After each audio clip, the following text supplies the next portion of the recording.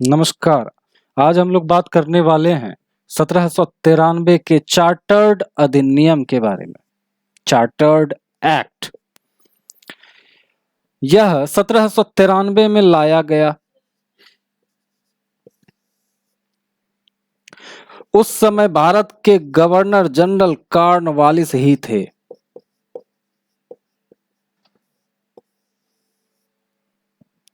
आइए इसके प्रमुख प्रावधानों को एक एक करके समझने का प्रयास करते हैं। पहला, कंपनी के अधिकार पत्र को 20 वर्षों के लिए बढ़ा दिया गया। समझने का प्रयास कीजिएगा।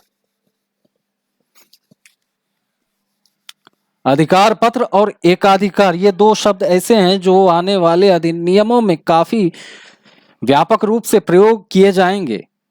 एकाधिकार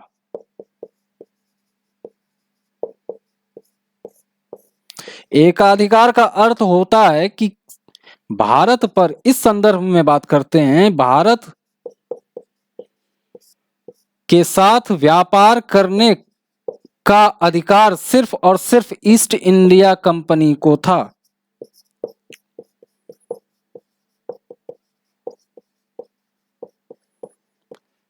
और कोई भी ब्रिटिश नागरिक किसी भी अवस्था में यहां पर व्यापार नहीं कर सकता था। इसको कहते हैं एकाधिकार। दूसरा शब्द होता है अधिकार पत्र।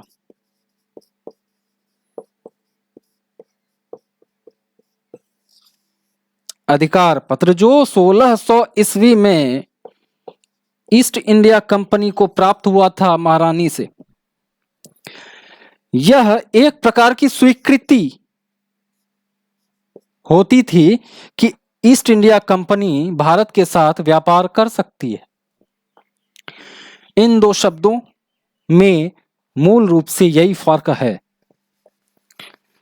1793 का जो चार्टर्ड एक्ट था उसके अनुसार कंपनी के अधिकार पत्र को अगले 20 वर्षों के लिए बढ़ा दिया गया, यानी कि अगले 20 वर्ष तक कंपनी यहां पर व्यापार करने में सक्षम थी।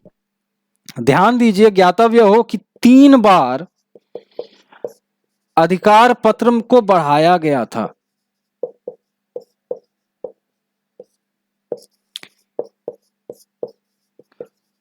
कई बार यह प्रश्न पूछा जा चुका है विभिन्न परीक्षाओं में।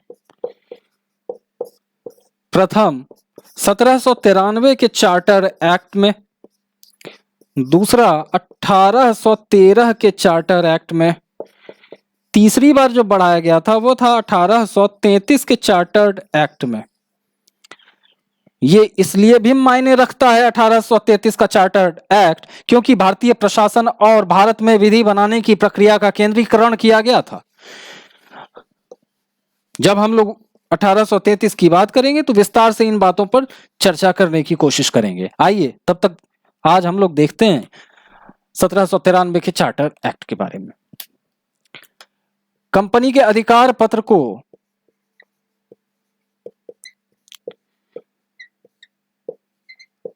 बीस वर्षों के लिए बढ़ा दिया गया।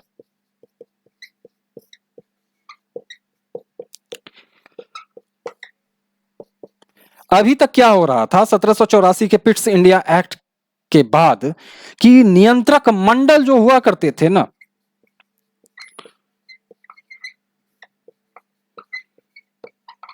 नियंत्रक मंडल के जो सदस्य हुआ करते थे उनके वेतन का निर्धारण ब्रिटिश संसद करती थी, ब्रिटिश सरकार करती थी और उनका भुगतान ब्रिटिश राजस्व से ही दिया जाता था। लेकिन इस बार परिस्थितियां बदल दी गईं। अब इनके वेतन का निर्धारण कंपनी करती थी और भुगतान भी कंपनी ही करती थी। दोनों बातें कंपनी के हाथों में आ गई, निर्धारण और भुगतान दोनों।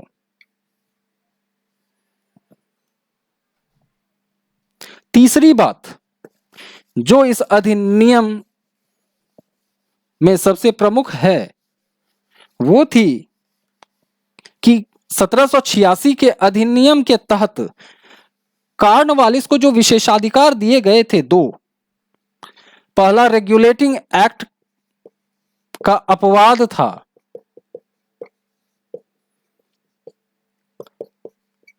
कि विशेष परिस्थितियों में परिषद के निर्णयों का उल्लंघन करके गवर्नर जनरल अपना निर्णय लागू करने में सक्षम हो गया था। दूसरा पिट्स इंडिया एक्ट का अपवाद था, जिसके अनुसार गवर्नर जनरल को उसकी सैनिक शक्तियां वापस कर दी गई थी विशेष परिस्थितियों में, कि वह सामरिक गतिविधियां करने में सक्षम हो गया था बिना नियंत्रक मंडल की अनुमति के। उनको जारी रखा गया अन्य गवर्नर जनरलों के लिए भी। अर्थात 1786 का जो अधिनियम था, 1786 के अधिनियम को स्थायित्व प्रदान किया गया था।